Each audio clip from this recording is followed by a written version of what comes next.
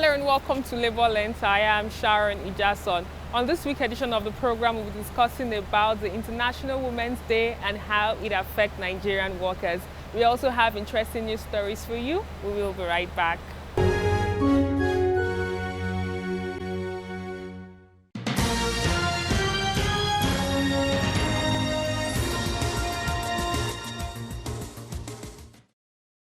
The candidate of Africa with the full support of worker group of the ILO today made history to be elected as the first DG of ILO from the African region in the 103 years of its existence. President of NLC Ayuba Waba, who led the process, says the governing body of the International Labour Organization ILO has elected Gilbert Umbo as the agency's 11th Director General with effect from October 2022.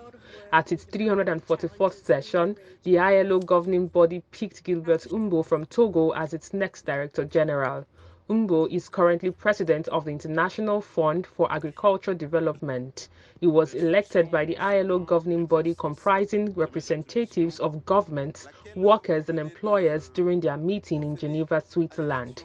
After announcement of bailout results, the Director General-elect addressed the body.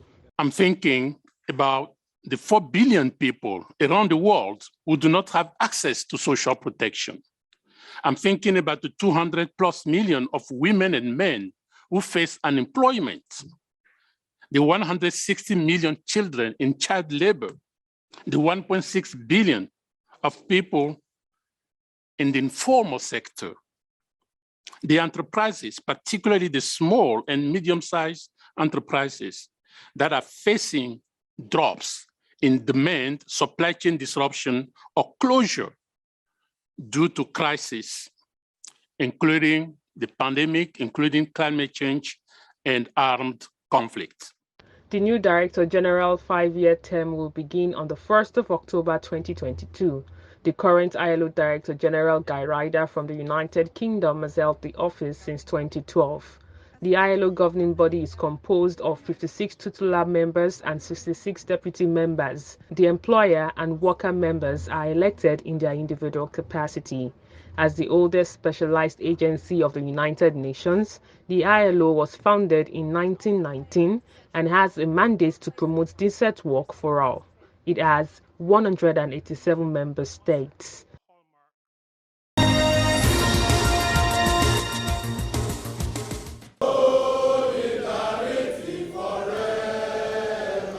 The National Union of Banks, Insurance and Financial Institutions Employees held its 11th Delegate Conference with the theme, Navigating Through the Challenges of COVID-19 Pandemic.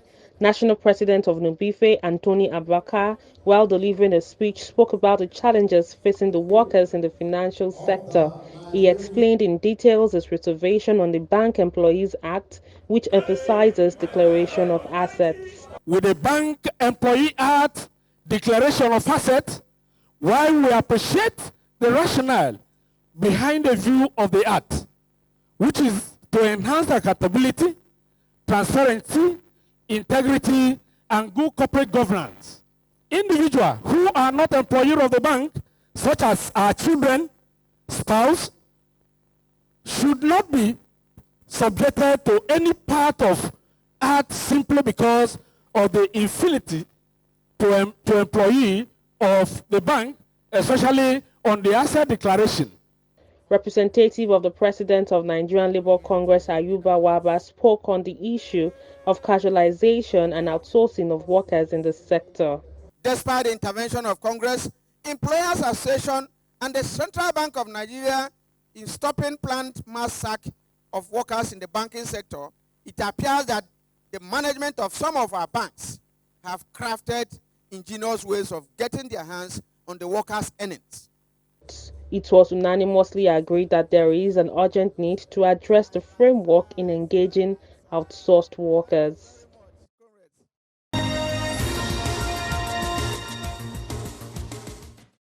Recently, Nigerians in some parts of the country faced endless queues at filling stations daily while trying to get petrol. The reason for the fuel scarcity was first attributed to the poor petrol imported into the country and later to the hoarding of the products by marketers. The most recent excuse is the refusal of tanker drivers to transport petrol to different parts of the country. At this press briefing in Lagos, the national president of the Petroleum and Natural Gas Senior Staff Association of Nigeria, Pengasan, Festus Osifio, blamed non-availability of foreign exchange at CBN rate to oil marketers, high taxes and levies from importation of petroleum products for the fuel crisis. Today, the price of PMS as approved by government still remains about 162 naira. So for marketers to be shortchanging the Nigerian public, why the same taxpayers are also the ones that are subsidizing the same product is a double jeopardy. So we hereby urge the government and the regulators to ensure that the appropriate pricing as approved by the old PPPROA is maintained.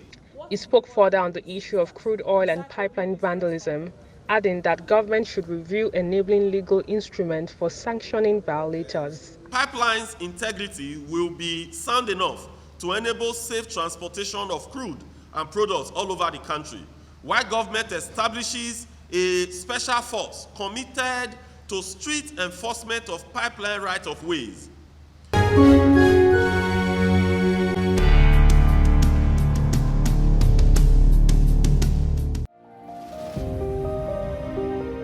As the world celebrated the 2022 International Women's Day, it became pertinent to tell the story of women who were able to break the bias and others who were striving to.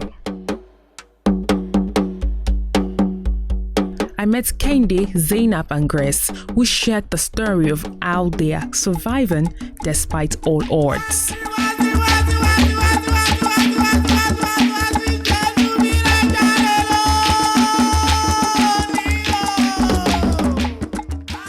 For Kende Oyeyemi, she spoke about her fish business in the Badagry area of Lagos, from the collection point to the preservation stage. Her story is that of pain and inability to expand the business. Bí àwa bá ṣe rẹjà ń bí bẹ́ẹ̀ làánà ṣe máa kanra ta lọ́jà. Àtẹ̀lé wa ta kó má ní gé rẹpẹtẹ kan, bọ̀tá ṣáà ṣe máa ta, bó tẹ̀ tún jẹ́ 2,000 kàbí 3,000, ó máa lé sí. Ìgbà míì dẹ̀ máa wà kó sí bá ṣe kanra ta tó, owó yẹn máa tún gé lọ. At least tí bá tiẹ̀ rẹ̀ tó invest nísìn tí mo ń ṣiṣẹ́ ṣe báwọn ọmọ mi àṣà máa jẹun èmi gan mọ̀ ní rí tọkọ rò máa ṣiṣẹ́ mi máa jẹun sásìkò máa dẹ̀ rówó fi raṣọ máa rówó fi tọ́jú àwọn ọmọ mi torí èmi ò kàwé bí mo ṣe wà kì í ṣe pé bá mi ò kàwé kan lọ títí kan SS2 ni mo ti stop school mi tí mo ti fi gba oyún ọmọ mi tí mi ò tún fi lọ́mọ tó bá ń pẹ́ mo dẹ̀ rẹ́ tó máa rán mi nù mo ṣe máa lọ ọ̀tìwà tó dẹ̀ ti rí bẹ́ẹ̀ mo ti jókòó but èmi ò kàwé ó dandan káwọn ọmọ mi kà yóò lè sọ bóyá tán ti ẹ̀gbé lẹ́tà wá fún mi kàbí tán gbéwèé mi ò mọ́kọ mi ò mọ́kà ṣé máa tún gbàdúrà pé káwọn ọmọ mi má tún lè kà ní tí ìyá bá ti ẹ̀yà kúrí àwọn ọmọ gbọ́dọ̀ tún yá kúrí so ni mo ṣe ń try tí mo ṣe ń sáré gbogbo ìgbìyànjú mi pé káwọn ọmọ mi lè kàwé ibi tèmi ò dé ní rere láyé káwọn ọmọ mi lè débẹ̀ kán lè jù bẹ́ẹ̀ lọ.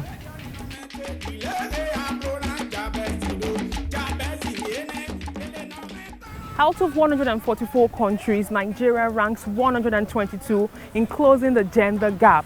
The question is, how much does a woman earn compared to that of a man in Nigeria? Right now, from research, it states that Nigerian women earn 77 cents out of every dollar that they would get for the same job that a man would do.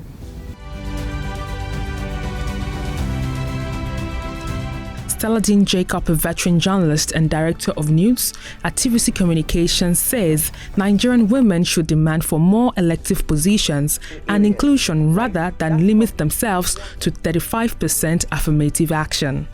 What is wrong with women having 70% and men having 30%? You know what they say about you educate a woman, you've educated a nation, right? You know the role that women play in society. You know the role that women play on the home front. So it is for that reason that I'm asking women on this day to basically go back to that Beijing conference and walk back and rethink the focus of it. It behoves all women now to speak with one voice and basically understand if you want it so badly, then you must go after it. It's just like people who on election day will sit down in their homes and not vote, and then somebody emerges, then you start to bellyache and you start to say, how could that person have emerged? You can't make a difference if you decide to sit in the shadows and refuse to come out and take a stand. If you sit on the fence, if we sit on the fence as women, then it will continue to have, we'll continue to have situations where you have more men in government. You continue to have situations where you have a lot of fantastic women who are gifted, who are intelligent, who know what time of day it is, but because they won't bring themselves forward. If you don't bring yourselves forward, nobody is going to hold a gun to your head. There are critical socio-economic issues faced by women in Nigeria. Top on the list is lack of financial empowerment, poverty, and lack of access to quality education. Grace Chinoso Aniche is a graduate of public administration from the University of Port Harcourt who rides a taxi in the air service industry. For her, it's the only means of survival as many job offers she got came with the huge price of being sexually harassed. For the position of PRO. So I went for the interview, I did very well. So I was asked to resume on a Wednesday evening. So but before then, around 12, the manager of the place called me that he wants to see me at the office by 12. I said, okay. I got there, we started talking. You know, he said, oh, that he complimented me that I did very well during the interview and all. I said, okay, thank you very much, sir.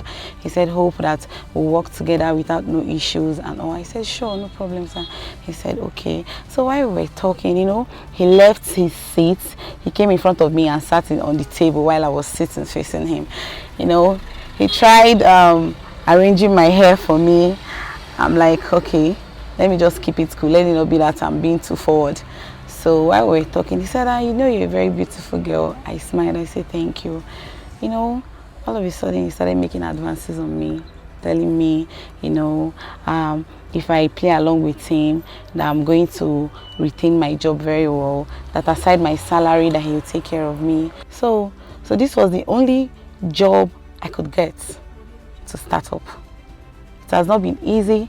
But this is the only job that I got. Okay, you know how to drive, they test run you, you go to the boat office, they check everything that your car is okay, and then go check and you start your work without nobody trying to take advantage of you, trying to look for one other thing to do for you before they can give you the job. Gender discrimination is as old as creation. Over the years, women were made to believe that their rightful place was in the home front as housewives, producers, and minders of children. Female genital mutilation, son preference and its implication for the status of girls, access to education, female infanticide, and early marriage and dowry continue to impede the growth of the girl child. Other factors like teenage pregnancy, nutritional taboos and practices related to child delivery, as well as violence against women, are some of the challenges women have to fight daily.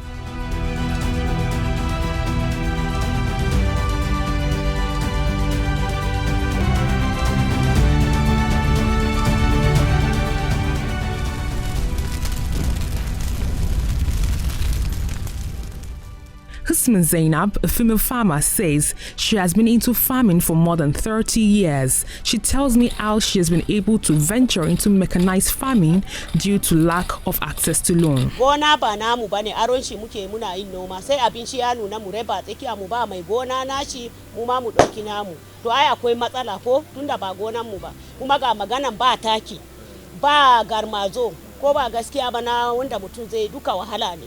Ko ba ai akwai matsala babba ma kenan. Mu kuma aikin gonan ne muke ba mu da wani business.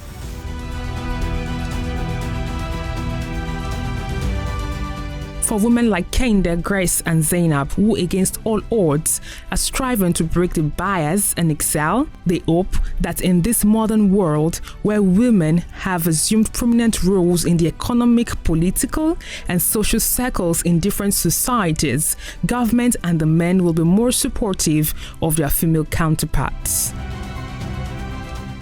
To them, this will enable women exhibit their potential for the development of Nigeria.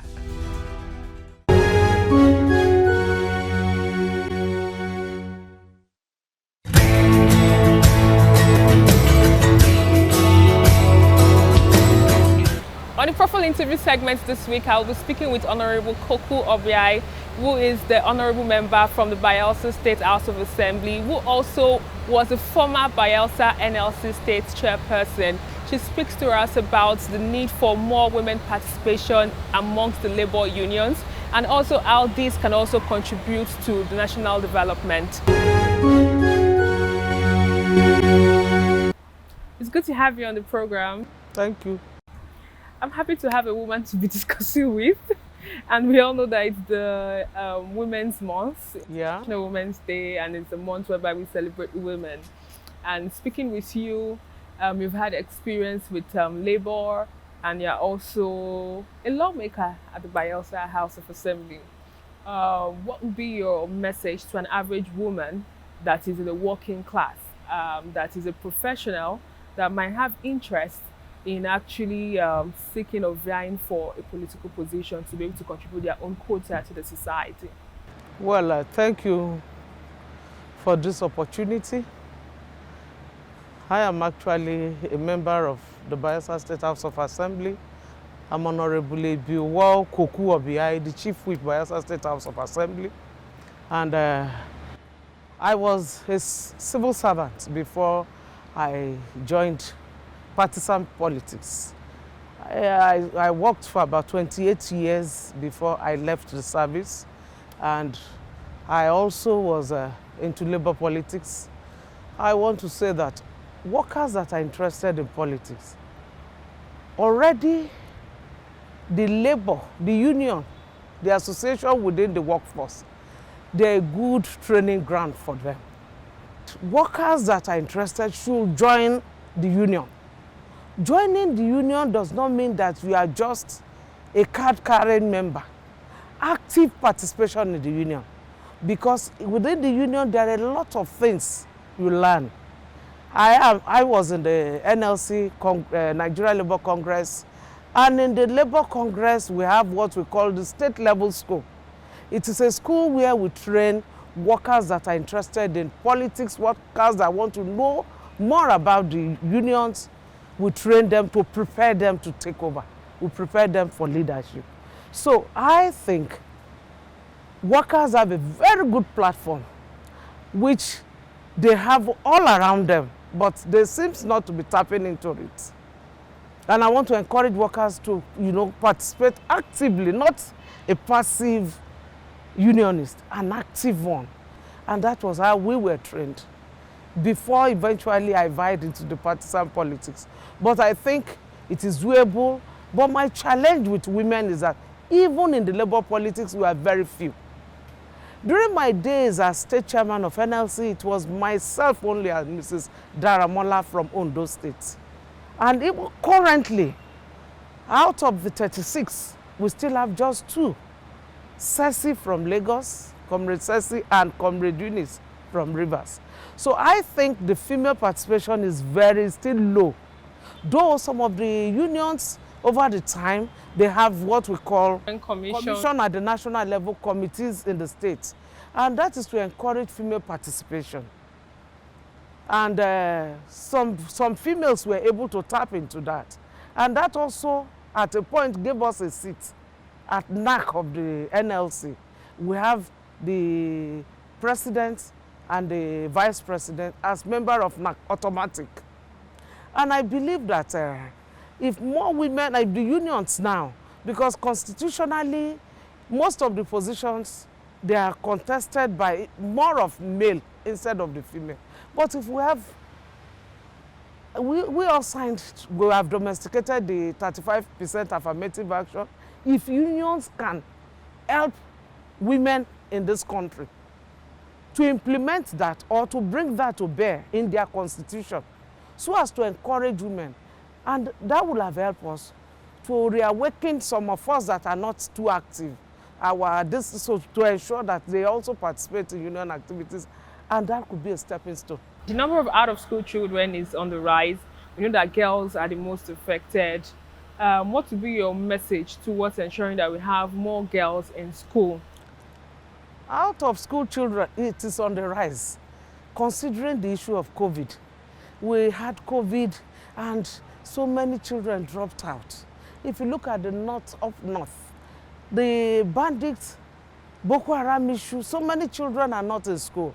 And if you look at the East now, because of what is happening, so many girls are left behind again. It is a sad story for our own country, because at a time we'll begin to see this generational gap. And for me, the government should assist, especially in those areas where children are. Some of them, it may be that their parents cannot afford. It may be that they're in the war zone, they're in this Boko Haram and these areas where we have crisis. The government should have an alternative means for those of them that cannot train their children in school. If our government can provide free education, it will encourage these children to go back to school. And parents should take it as a key responsibility. Key responsibility, these children must be educated.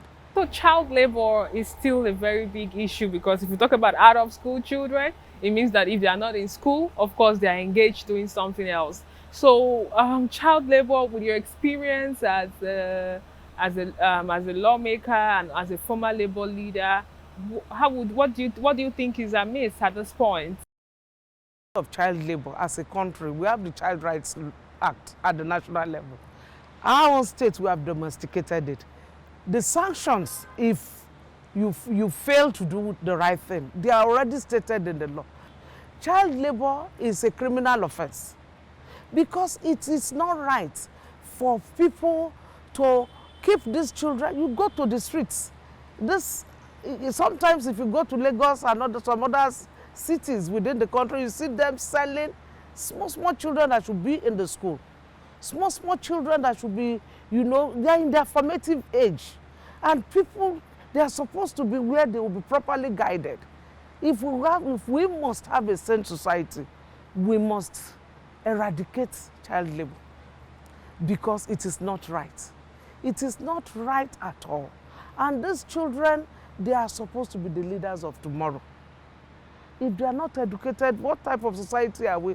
And people engage them because of economic empowerment. They want to increase the economic base. Some persons will carry these children. Some even use them for cheap, something close to slavery, because they take them outside this country and enslave them. I want to beg Nigerians, if you notice that your neighbor is doing such a thing, speak out, report, even if it is to the police, report, so that those children can be helped.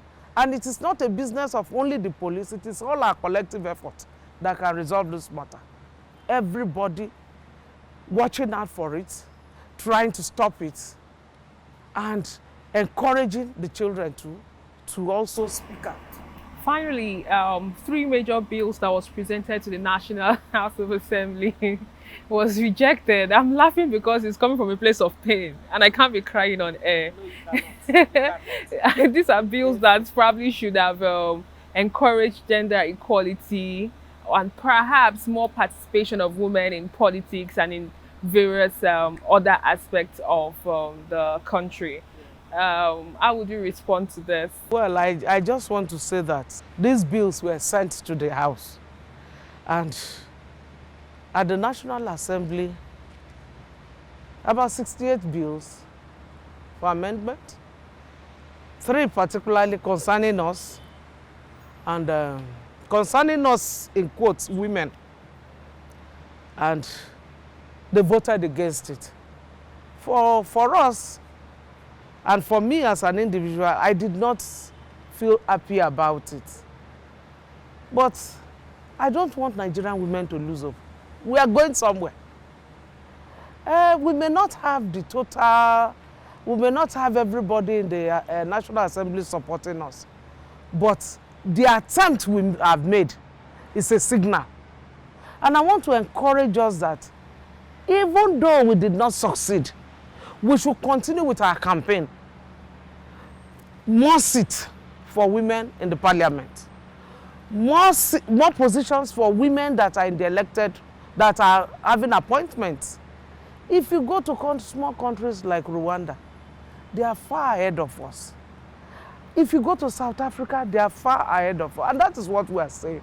Because when we interact with these other countries, we do a comparative analysis. We all were at Beijing. They said Nigerian women went. And I assume that because they went, I was also there, in quote. And we agreed that moving forward, of everything, 35% affirmative action, which we came back and domesticated. We agreed that we domesticated it. At the point of domestication, there was no problem. Now we are asking, make it effective. That is where the problem is. And I want to say Nigerian women should not be deterred. They should continue in this struggle. The men, they know what they are doing. They know. And we are also coming. More advocacy, more campaigns, more struggle, and I believe we'll get there. I'm not deterred at all. I'm not deterred, though I'm sad, but I'm not deterred. Okay, ma, moving forward, what would be your suggestion to ensure that we have more women participating in labor politics? Well, my suggestion there will be that for the fact that we have domesticated the treaty, that is 35% women affirmative action, I want to suggest that moving forward, unions should include that in their constitution, because we believe that organized labor, they are organized to the level that they can do things rightly. And I believe they are law-abiding. If they include that in the constitution, it will now create more opportunities for women to be part of National Administrative Council, National Executive Council, State Executive Council as unit officers. I want to say that currently at the national level, I don't think we have more than 2-3 women as national presidents of the union. So when you have a meeting of the National Executive Council meeting, how many women are there as president? So I want the labor unions, the 2 labor centers, to lead by example. Let them show Nigerians that they can do it rightly. And I believe as they go and do that, other political parties might copy them. And before you know, the problems are gradually being solved. And more women will participate in labor politics. Thank you very much for your time. Thank you very much, sir. And that's all we can take on today's edition of the program. Join us next week for a fresh edition of the show. I am Sharon Ijason. Thanks for watching, and remember that labor creates wealth.